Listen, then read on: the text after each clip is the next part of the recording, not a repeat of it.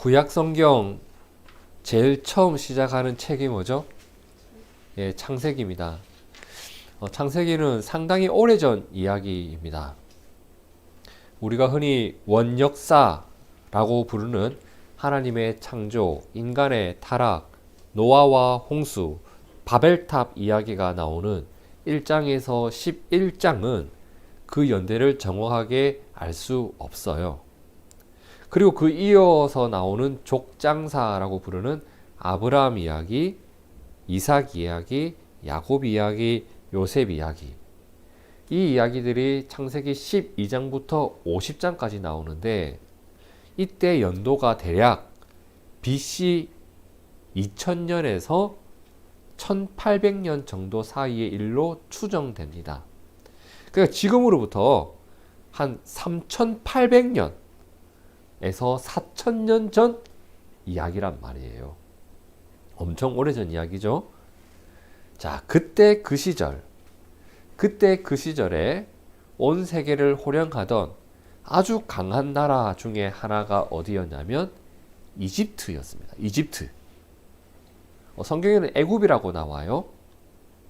그런데 창세기 41장을 보면 이스라엘 이야기가 아니라 그 애굽에서 어떤 사람이 총리가 되었다라는 내용이 나옵니다. 당시 애굽의 총리는 오늘날로 치면 미국의 부통령 정도 아주 막강한 힘과 권력과 지위를 가진 사람이었는데 애굽에서 총리가 된 그가 누구였는지, 그리고 왜 성경에 애굽 총리의 이름이 나오는지 우리 창세기 41장 40절을 함께 읽어봅니다. 시작. 너는 내 집을 다스리라. 내 백성이 다 내 명령에 복종하리니. 내가 너보다 높은 것은 내 왕자뿐이라. 네, 지금 이 말을 하고 있는 사람은 애굽의 왕 바로입니다. 자, 애굽 왕 바로가 하는 말인데 계속해서 이어지는 말씀을 볼게요. 바로가 또 누구에게? 요셉에게 이르되, 총리가 요셉이에요. 요셉에게 이르되 내가 너를 애굽 온 땅에 총리가 되게 하노라 하고 자기의 인장 반지를 빼어 요셉의 손에 끼우고 그에게 세마포 옷을 입히고 금사슬을 목에 걸고 자기에게 있는 버금 수레에 그를 태우매 무리가 그의 앞에서 소리 지르기를 엎드리라 하더라. 바로가 그에게 애굽 전국을 총리로 다스리게 하였다. 자, 애굽의 총리가 된 사람이 누구였다? 요셉이었다. 근데 여러분, 요셉은요 애굽 사람이 아니에요. 여러분 잘 아시는 것처럼 요셉은 아브라함의 후손이에요. 야곱의 아들이에요. 쉽게 말해 이스라엘 사람이었다라는 거예요. 그런 그가 애굽에서 총리가 되었다. 사실 거의 불가능한 일이 일어난 거예요. 자, 그렇다면 요셉은 이렇게 큰 사람이 되기 위해서, 지위가 높은 애굽의 총리가 되기 위해서 어릴 때부터 이러한 출세를 꿈꾸고 총리에 걸맞는 실력을 갖추기 위해서 일찌감치 애굽으로 유학을 가서 애굽 대학 정치 외교학과를 수석으로 졸업하고 특출한 재능과 탁월한 지도력을 인정받으면서 사람들한테 많이 배우면서 끊임없이 승진한 결과 여기까지 오게 되었던 것일까? 아니에요. 요셉은 자신이 애굽의 총리가 되는 것은 고사하고 내가 애굽에 가게 된다, 애굽에서 살게 된다, 그리고 애굽에서 죽게 된다는 것을 단 한 번도 생각해 본 적이 없는 사람이에요. 꿈꾼 적 없는 일이 일어난 거예요. 그러면 요셉은 어쩌다가 애굽으로 오게 되었던 것일까? 창세기 37장 28절을 봅시다. 그때에 미디안 사람 상인들이 지나가고 있는지라 형들이 요셉을 어디서? 구덩이에서 끌어올리고 은 20의 그를 이스마엘 사람들에게 팔았다. 그 상인들이 요셉을 데리고 애굽으로 갔더라. 자, 이게 무슨 말이냐? 잘 들어보세요. 야곱이라는 사람이 있었어요. 야곱에게는 12명의 아들이 있었습니다. 그 중에 요셉은 11번째 아들이에요. 근데 아버지 야곱이 다른 형들보다, 다른 아들들보다 11번째 아들 요셉을 너무 사랑하고 아끼는 거예요. 근데 이것을 형들이 시기하고 질투하고 너무 싫은 거예요. 그러다가 형들은 결국 품지 말아야 할 생각을 품게 되었고 하지 말아야 할 행동을 하게 된 거예요. 그게 뭐였냐면 저거 죽여버리자. 요셉을 죽이기로 한 거예요. 그래서 요셉의 형들은 집에서 저 멀리 떨어진 어떤 사막에 있는 구덩이에 누구를? 요셉을 던져버린 거예요. 거기서 목말라 죽든지 굶어 죽든지. 그렇게 요셉을 구덩이에 던져놨는데, 아니 그런데 마침 그 앞에 누가 지나가고 있었던 거예요. 누가? 미디안 상인들이 지나가고 있는 거예요. 이 사람들은 다른 나라 물건을 가져와서 애굽에 가서 팔기도 하고 노예도 팔던 사람들이에요.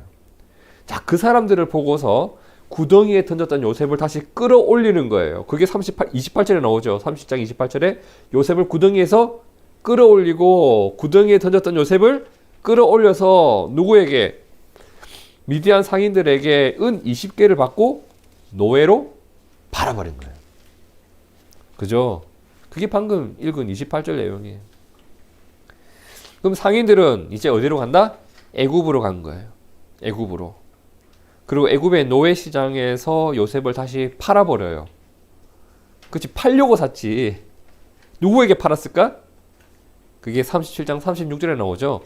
그 미디안 사람들은 그를 애굽에서 누구에게? 바로의 신하, 친위대장 보디발에게 팔았더라. 여러분, 여기까지가 요셉이 어디로? 애굽으로 오게 되었던 사연입니다. 총리가 되기 위해 온 게 아니야. 어린 나이에 꿈과 희망을 가지고 애굽으로 유학을 온 게 아니란 말이에요. 너무 큰 상처와 안타깝고 슬픈 사연을 가진 채 애굽의 종으로 팔려왔어요. 얼마나 외롭고 힘들었을까? 여러분, 밤에 잠은 왔을까요? 트라우마가 있을 것 같아요. 형들이 나를 애굽 구덩이에 던져놨는데 어땠을까요, 기분이? 그리고 미디안 상인에게 팔려가지고 여기까지 몇 날 며칠을 걸어서 팔려서, 그죠? 노예로 끌려왔는데, 그리고 지금 처음 보는 사람 집에 종으로 팔려왔어요. 그 마음이 어땠을까? 여러분, 상상을 해보세요. 이렇게 요셉은 어린 나이에 생각도 해본 적 없는 아주 괴로운 현실을 마주했던 사람이란 말이에요. 그때 요셉의 나이를 지금 우리나라로 치면 한 고2, 고3 정도 추정됩니다. 아주 어린 나이에 이 어려움을 겪고 있었던 거죠. 그런데요, 창세기 39장 2절에 이런 말씀이 있어요. 함께 읽어볼까요? 시작. 여호와께서 요셉과 함께 하심으로 그가 형통한 자가 되어. 종으로 팔려왔는데 형통해봐야 얼마나 형통할 수 있겠어요, 여러분. 그런데 그 형통을 주신, 그 형통을 누릴 수 있었던 이유가 아주 특별해요. 누가? 여호와께서, 요셉을 창조하신 하나님이 그곳에 함께 계셨다. 요셉을 인도하시는 하나님이 요셉과 함께 계셨다. 여러분, 이것이 요셉에게 있었던 유일한 위로였습니다. 무엇이 내 삶의 위로가 되겠어요? 오늘을 살아갈 수 있는 유일한 힘이었고, 살아낼 수 있는 힘이 되었고, 내일을 꿈꿀 수 있는 소망의 이유가 여기에 있었습니다. 내가 더 나은 내일을 꿈꿀 수 있는 이유가 뭐가 있겠어요? 하나님밖에 없었단 말이에요. 사실 너무 억울하고 슬퍼요. 내가 겪은 일을 생각하면 생각할수록 마음이 터질 것만 같아요. 때로는 속 시원하게 누군가에게 내가 겪은 일들을 함께 이야기하고 싶은데 그렇게 이야기를 나눌 수 있는 사람도 단 한 명도 없었잖아요. 그런데 요셉이 그 자리에서 하나님이 나를 위로해 주시는 것을 느껴요. 하나님이 나와 함께하고 계심을 느껴요. 내 삶은 진흙탕에 빠져가지고 어쩔 줄 몰라 하는 것 같은데 내 손을 꼭 붙잡고 있는 하나님의 손길을 느껴요. 잘 생각해 보세요. 지금 사람들은 요셉에게 어떻게 했죠? 그를 억울하게 하고 아프게 했어요. 근데 하나님은 어떻게 하고 있다? 나를 이 순간에도 형통한 길로 이끌어 가시는 분이었던 거예요. 사람들이 나에게 하는 일도 있지만 하나님이 나에게 하는 일도 있어요, 여러분.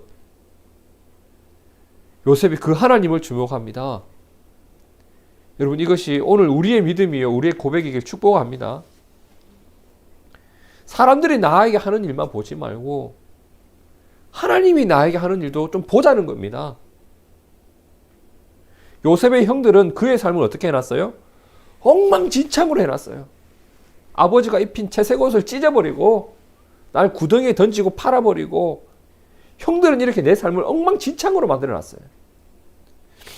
그런데 그렇게 엉망진창이 된 도화지를 하나님이 수정해 나가기 시작합니다. 사람들이 막 엉망으로 크레파스로 칠해놓은 이 한 장의 종이를 하나님이 작품으로 만들어가요. 그 시작이 4절에 나와요. 39장 4절 함께 읽어봅니다. 시작. 요셉이 주인에게 은혜를 입어 섬김에 그가 요셉을 가정 총무로 삼고 자기의 소유를 다 그의 손에 위탁하니. 자, 요셉을 노예로 사온 사람은 누구였다? 보디발이었어요. 근데 그 보디발이 요셉을 어떤 사람으로 세웠다? 가정의 총무, 다시 말하면 자신의 소유를 관리하는 관리자로 세웠다라는 이야기입니다. 요셉이 똑똑하게 일을 잘했나 봅니다. 자, 그런데 바로 이 사건 후에 요셉이 총무가 된 그 일 후에 어떤 일이 일어났는지 자세히 보세요. 그가 요셉에게 자기의 집과 그의 모든 소유물을 주관한 때부터, 그쵸? 그때부터, 그죠? 그때부터예요.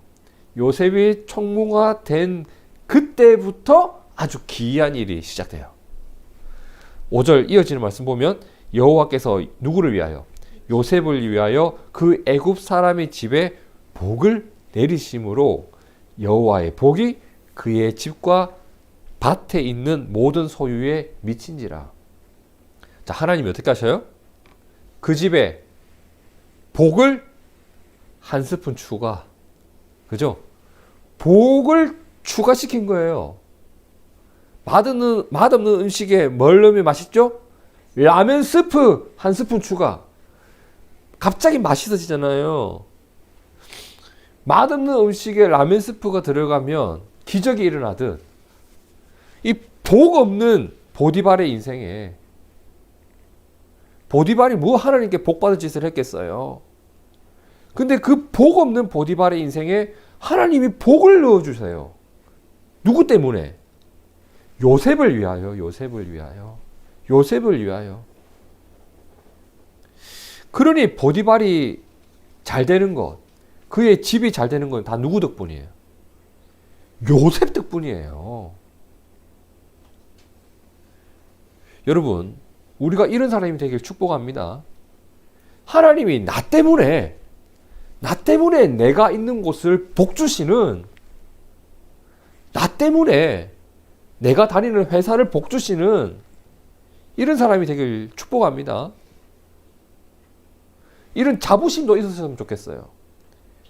하나님이 나에게 복을 주셔서 여기가 잘 되고 있다. 그죠? 그런데 하나님이 이렇게 그 집을 요셉 때문에 복을 주셨음에도 불구하고 굴러온 복도 발로 차는 이상한 여자가 그 집에 있더란 말입니다. 보디발의 아내, 이 여자 때문에 요셉이 어처구니 없는 일을 또 겪어요.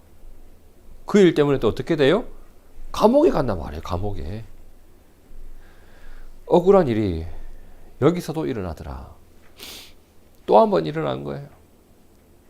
이렇게 요셉은 평생 감옥에 있다가 감옥에서 죽을지 중간에 사형을 당할지 알 수 없는 답답한 처지에 다시 놓이게 돼요.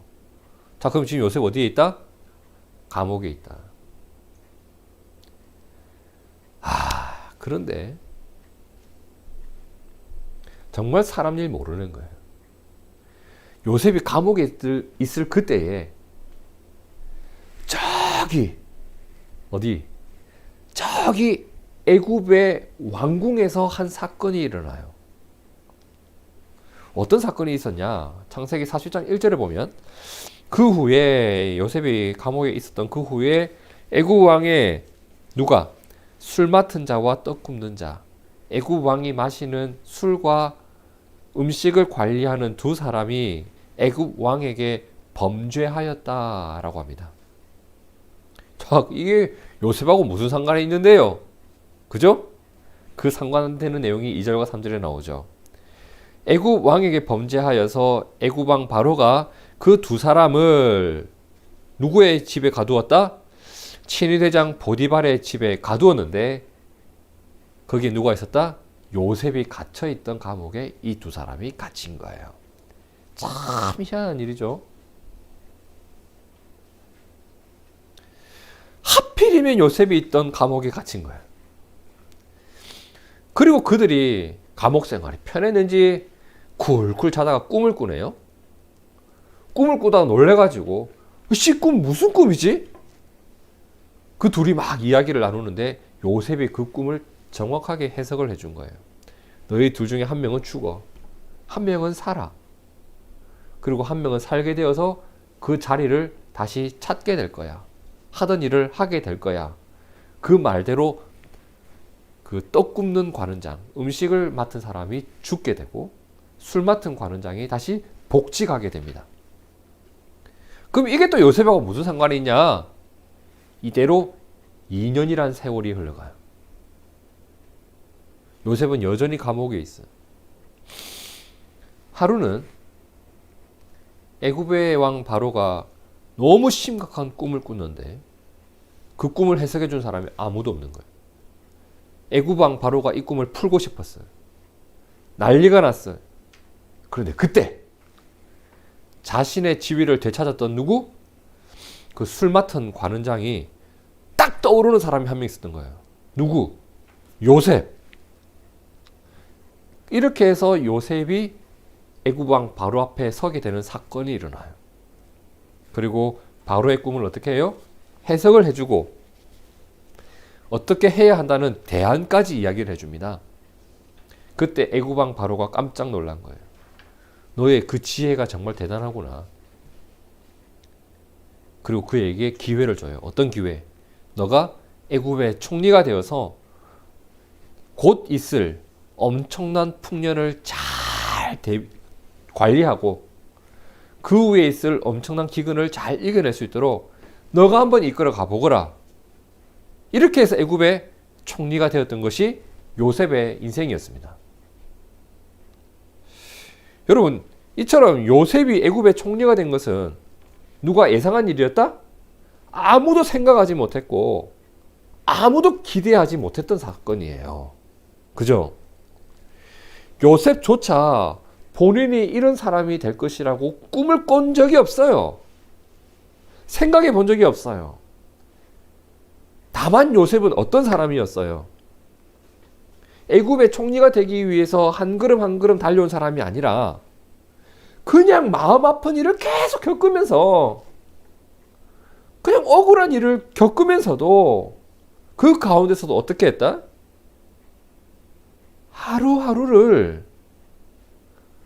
하루하루를 하나님을 사랑하면서 하나님을 의지하면서 하루하루를 살았던 사람이에요. 마치 만나를 먹고 살았던 이스라엘 백성들처럼 그날의 은혜를 의지하면서 살았던 사람일 뿐이에요. 근데 중요한 건 이거예요. 그 하루하루가 쌓이고 쌓이다 보니까 오늘의 은혜를 누리게 되었다라는 겁니다. 여러분, 하나님을 의지하며 살아가는 오늘 하루를 가벼이 여기지 않으시길 축복합니다. 내가 오늘을 하나님을 의지하면서 살아가는 것은 훗날 어떤 역사를 만들지 아무도 모르는 거예요. 왜? 하나님이 그를 복 주시거든요. 아주 위대한 꿈이 있고 난 이런 사람이 될 거야 라고 하는 포부가 있었던 것이 아니라 하루하루를 하나님을 사랑하면서 살아가는 게 나의 삶을 복되게 하는 겁니다. 전 청년들에게 꿈 좀 품지 말라고 합니다. 너의 꿈의 근거가 네 욕심인데 그 욕심을 위해서 살아가는 너의 인생이 하나님이 복 주시겠냐? 꿈을 버리고 하나님을 사랑해라. 이것이 우리가 더 중요한 거다. 비전 같은 거 품지 마라. 무슨 비전이냐 지금. 그냥 하나님을 의지해라. 그 하루가 쌓여야 그 하루하루가 쌓이는 것이 너의 꿈이고 비전이 되어라. 요셉은 그렇게 총리가 되었던 사람이에요. 자, 그런데 여기서 우리가 주목해야 할 것은 요셉의 성공한 인생 스토리가 아니라 무엇이 중요하냐면 이거예요. 그렇다면 요셉 자신은 자신의 인생을 어떻게 해석하고 있는가? 총리가 되었을 때 교만해질 수 있잖아요. 이제 그래 총리가 되었구만. 나 보디발의 집부터 좀 가봐야 되겠다. 그 미친 여자 데리고 나와. 네 새끼 또 다시 한번 해봐라. 그렇게 이렇게 막 이렇게 그죠? 막 혼쭐도 내고 이제 힘을 얻었으니 요셉이 어떻게 했을지 모르겠지만 요셉이 자신의 삶을 어떻게 해석하고 있었던가. 그리고 나의 이 험악한 인생을 형통하게 하셨던 하나님이 왜 나에게 이런 형통한 삶을 허락하셨을까를 그는 고민할 줄 알았다고요. 뜬금없는 돈이 생겼을 때 하나님이 왜 나에게 이 돈을 주셨을까? 뜬금없는 승진이 이루어졌을 때 하나님이 왜 나를 이 자리에 세우셨을까? 여러분, 이거 고민한 적 있으세요? 뜬금없이 주어진 게 아니라 하나님이 왜 나에게 이것을 허락하신 것일까? 요셉이 그것을 고민할 줄 알고 그리고 그 뜻을 발견했으면 그것을 이루고자 하는 삶의 태도가 있었단 말입니다. 우리가 이걸 주목해야 돼요. 내 삶을 어떻게 해석하고 하나님께서 나에게 허락하신 것을 그 뜻을 묻고 그리고 그 뜻을 위해 내가 무엇을 하고 있는가. 이것이 드러나는 사건이 하나 있었죠. 요셉이 바로의 꿈을 해몽해 준 대로 애굽 온 일대에 먹을 양식이 없는 흉년이 실제로 일어난 거예요. 애굽뿐만 아니라 그 온 지역에 사람들이 먹을 것을 구하러 어디로 왔다? 먹을 것을 7년 동안 잘 준비해 두었던 애굽으로 찾아왔죠. 그리고 그 중에 누구도 있었다? 요셉을 팔았던 형들도 있었다. 형들 중에 누가 상상이라도 했을까? 저 애굽의 지혜로운 총리가 우리가 팔아버린 요셉이라는 것을 누가 상상이라도 했겠어요? 아무도 몰랐죠. 그런데 요셉이 자신의 정체를 이렇게 드러내요. 뭐라고? 창세기 45장 4절에 나오죠? 요셉이 형들에게 이르되 뭐라고 해요? 내게로 가까이 오소서. 그들이 가까이 가니 이르되 나 사실 요셉이야. 이렇게. 요셉이에요 저. 이렇게. 그리고 뭐라고 해요 뒤에? 뜨끔한 말 한마디 하죠. 너는 날 팔았지. 이렇게. 당신들이 애굽의 판자다. 이렇게. 이 말을 듣는 순간 형들의 마음이 얼마나 복잡해졌을까. 반가움 반, 당황스러움 반. 기쁨 반, 근심 반, 즐거움 반, 절망 반. 왜? 애굽의 총리가 내 동생이라는 것은 자랑스러운 일이에요. 근데 그 동생을 팔았거든, 내가. 이게 지금 난리가 난 거예요, 지금. 근데 요셉이 어때요? 형들의 그 마음을 딱 읽어내요. 그리고 뭐라고 해요? 45장 5절. 당신들이 뭐라요? 나를 이곳에 팔았다고 해서 뭐 하지 마라? 근심하지 마라. 한탄하지 마라. 걱정 안 해도 됩니다. 그리고 요셉은 다른 사람의 꿈을 해석해 주었던 것처럼 자신의 인생을 이렇게 해석하는데 그 내용 천천히 한번 곱씹어 보시길 바라요. 5절 보세요. 하나님이 생명을 구원하시려고 나를 당신들보다 먼저 보내셨나이다. 이 땅에 2년 동안 흉년이 들었으나 아직 5년은 밭갈이도 못하고 추수도 못할지라. 하나님이 큰 구원으로 당신들의 생명을 보존하고 당신들의 후손을 세상에 두시려고 나를 당신들보다 먼저 보내셨나니. 그런즉 나를 이리로 보낸 이는 당신들이 아니요 하나님이십니다. 하나님이 나를 바로에게 아버지로 삼으시고 그 온 집의 주로 삼으시며 애굽 온 땅의 통치자로 삼으셨나이다. 요셉이 자신의 삶을 어떻게 해석해요? 형들이 저를 판 것이 아니라 하나님이 저를 보낸 것입니다. 그죠? 형들이 저를 버린 것이 아니라 하나님이 저를 보내신 겁니다.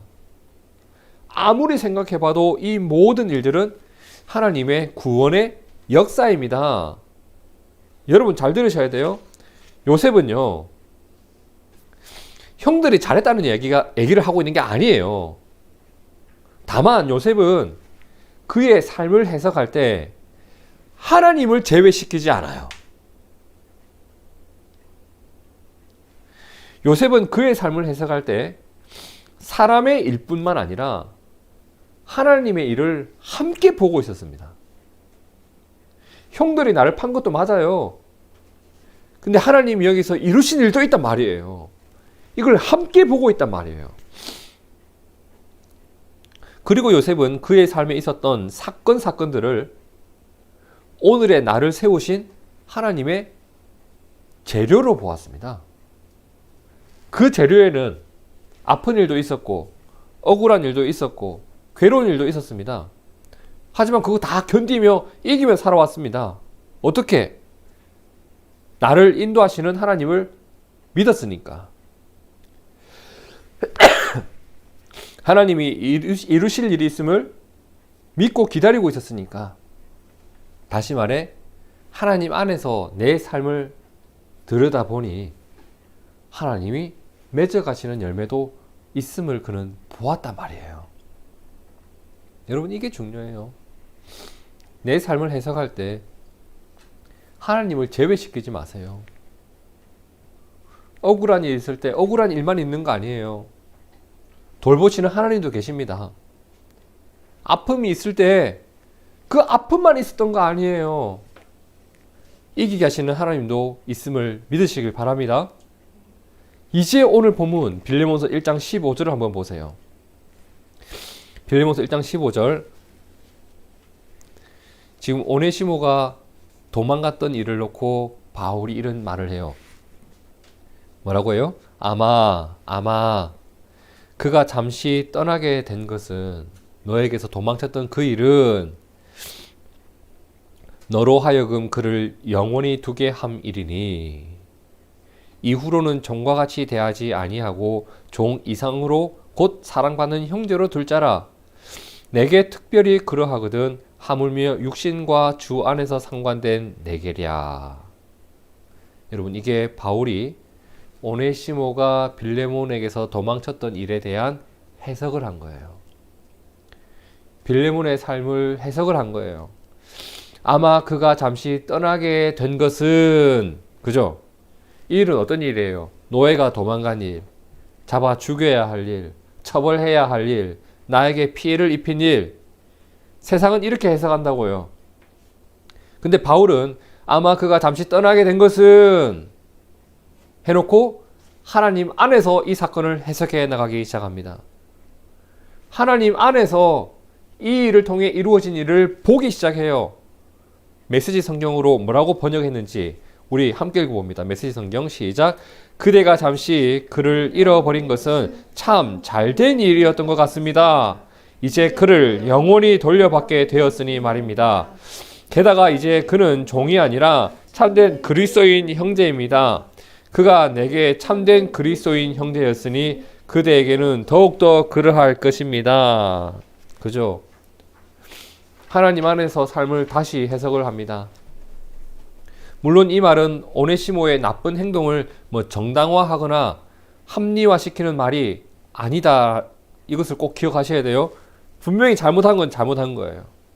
그럼 이 고백은 무슨 말이냐면 인간의 잘못과 실수는 분명히 있었다. 그죠? 인간은 잘못했고 실수했어요. 근데 하나님이 어떻게 하셨다? 신실하게 그 일에 역사하셨다는 겁니다. 그 일을 하나님이 만지셨다는 거예요. 하나님의 선한 손길이 닿자 우리에게 이러한 결과가 이루어졌다. 어떤 결과가? 너와 그는 영원히 함께하는 형제가 되었고 그가 너의 곁에만 계속 있었으면 그냥 평생 종으로 살다 죽었을 사람인데 이제는 든든한 우리의 동력자가 되었고 함께하는 자가 되었고 사랑받는 형제가 되었다. 이 일이 얼마나 놀라운 일인가 라고 하는 믿음의 고백이에요. 오네시모가 너에게서 어떻게 했다? 도망을 쳤다. 근데 도망친 그 일을 통해서 어떤 일이 이루어졌다? 영원히 함께할 자로 세워졌다. 오네시모는 평생 너의 종이었다. 하지만 이제 그는 뭐다?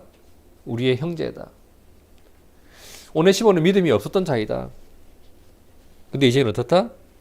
하나님이 그를 복음의 일꾼으로 세워 놓으셨다. 하나님이 이루신 이 모든 일들을 우리가 생각할 때 하나님 그렇습니다. 하나님은 옳으십니다. 그리고 하나님이 이 모든 것을 이루셨습니다. 사실 이 일 앞에서 우리가 우리의 원한이나 감정으로 행동하고 싶지만 그것을 막을 수 있는 것은 하나님이 이루신 일들에 대한 감사가 더 크기 때문이고 하나님이 이루실 일이 있음을 믿기 때문입니다. 이게 바울의 고백이고 권면이고 이 상황에 대한 해석이었던 거예요. 그러면 빌레몬과 오네시모가 어땠을까요? 싫어요 이랬을까? 저는 아멘 하고 이 상황을 수용했으리라 믿습니다. 여러분 하나님의 일을 보면 용서가 됩니다. 하나님의 일을 보면 내 마음의 분노가 사라져요.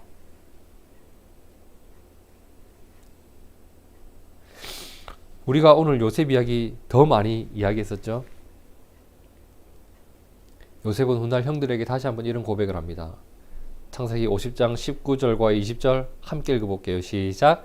요셉이 그들에게 이르되 두려워하지 마소서 내가 하나님을 대신하리이까 당신들은 나를 해하려 하였으나 하나님은 그것을 선으로 바꾸사 다시 하나님은 그것을 선으로 바꾸사 하나님은 그것을 선으로 바꾸사 오늘과 같이 많은 백성의 생명을 구원하게 하시려 하셨다. 당신들은 나를 해하려 하였다. 당신들은 분명 악한 일을 했다. 잘못된 거다. 근데 우리 하나님은 그것을 선으로 바꾸시더라. 창조주 하나님은 역사의 하나님이십니다. 선한 것을 창조하셨지만 악한 일을 행하는 인간들을 향해서 그 일을 방관하시는 분이 아니라 또다시 그 속에서 선을 창조하시는 우리 하나님의 손길이 있다는 겁니다. 당신들의 그 악한 일을 통해서 하나님 무엇을 이루셨다? 수많은 사람들을 기근으로부터 이 어려움으로부터 건져 내셨다. 이처럼 요셉은 자신의 삶의 경험들을 어떻게 해요? 하나님의 뜻 안에서 바라보고 해석을 해요. 이러한 시선과 고백이 있었기 때문에 어떻게 해요? 형들에게 원수를 갚지 않을 수 있었다. 악한 일로 대응하지 않을 수 있었다. 그리고 지금 하나님이 우리에게 원하시는 게 무엇일까를 깊이 돌아보면서 그 삶을 살아가는 삶을 살았다. 그렇다면 여러분, 내가 겪은 일들을 통해서 하나님이 이루신 일을 우리도 바라볼 수 있다면, 그죠? 아픔도 있지만 그 속에서 하나님이 이루신 일을 바라볼 수 있다면, 그래서 내 삶을 하나님의 손길 안에서 다시 해석하고 새롭게 바라볼 수 있다면 우리도 가능하지 않을까요? 용서하고 그 사람을 형제로 여기고, 저는 빌레몬이 오네시모를 용서할 수 있는 이유, 그를 형제로 여길 수 있는 이유, 그와 함께 교회를 세워갈 수 있었던 이유, 그것이 바로 이러한 하나님 안에서 이 모든 일들을 해석하고 바라보고 하나님의 뜻을 수용한 믿음 때문이었으리라 믿습니다. 오늘 말씀은 우리에게 이러한 것을 알려줍니다. 사람들은 자기 뜻대로 살아가요. 악한 일도 마음껏 저질러요. 그런데 이러한 사람의 일과 동시에 어떤 일이 있다? 하나님께서도 하나님의 뜻대로 이루어 가시는 일이 있더라는 거예요. 그죠? 형들은 악을 행했지만, 오네시모는 악을 행했지만 하나님은 그 일을 선으로 바꾸어 가십니다. 그리고 하나님의 나라는 그러한 하나님의 뜻에 나의 의지를 내어 드릴 줄 알고 그 하나님의 선한 역사에 동참하는 한 사람을 통해서 바울처럼, 빌레몬처럼, 하나님이 이 일을 이루셨구나, 아멘, 감사합니다 라고 하며 오네시모를 용서하고 포용하는 그 한 사람을 통해서 무엇이 세워졌다? 교회가 세워지고 하나님의 나라가 세워지더라. 그리고 이렇게 하나님의 일을 바라볼 때 내 삶을 새롭게 바라볼 수 있는 눈이 열리고, 내 삶을 해석할 수 있는 새로운 눈이 열리고, 그리고 하나님이 이루신 일 때문에 어떻다? 미움과 절망과 원한을 내려놓을 수 있는, 그것이 저절로 내려가지는 특별한 은혜도 누리게 되더라. 이러한 것들을 오늘 말씀은 우리에게 알려줍니다. 성도 여러분, 이것을 잊지 마시다. 하나님은 오늘도 우리를 위해 일하고 계십니다. 그리고 하나님은 인간의 실수조차도 선한 사역을 위한 도구로 쓰시는 분이십니다. 그렇기에 하나님을 신뢰하는 자리를 우리가 지켜내기를 축복합니다. 하나님께서 이루시는 일을 믿음으로 바라보면서 오늘 내 삶을 살아가고, 요셉처럼 하루하루를 믿음으로 살아가다 보면 우리가 하나님의 어떤 은혜를 누릴지 우리도 모르는 거예요. 이거 한 가지만 분명히 기억합시다. 사람에 대한 원망보다 하나님에 대한 신뢰가 더 커야 합니다. 사람에 대한 절망보다 하나님에 대한 소망이 더 커야 합니다. 그것이 믿음입니다. 다른 거 아니에요. 그때 우리는 내 삶을 재해석할 수 있고, 하나님 안에서 바라볼 수 있고, 하나님 뜻대로 살아갈 수 있는 힘이 주어지는 것입니다. 요셉의 삶을 형통케 하시고 그의 삶 한복판에 역사를 이루셨던 하나님의 은혜가 오네시모의 삶을 변화시키고 그와 빌레몬에게 새로운 공동체의 모습을 주신 하나님의 은혜가 오늘 우리의 삶을 복되게 하시고 내 마음을 하나님의 선한 일에 대한 기대로 채워주시기를 진심으로 바라고 축복합니다. 오늘도 하나님은 우리를 위해 일하고 계십니다. 우리가 모르는 어떤 선한 일을 창조해내고 계십니다. 그 하나님이 있기 때문에 미움과 절망을 이겨낼 수 있고 소망과 감사 속에서 살아가는 우리가 되기를 다시 한번 축복합니다. 함께 기도하겠습니다.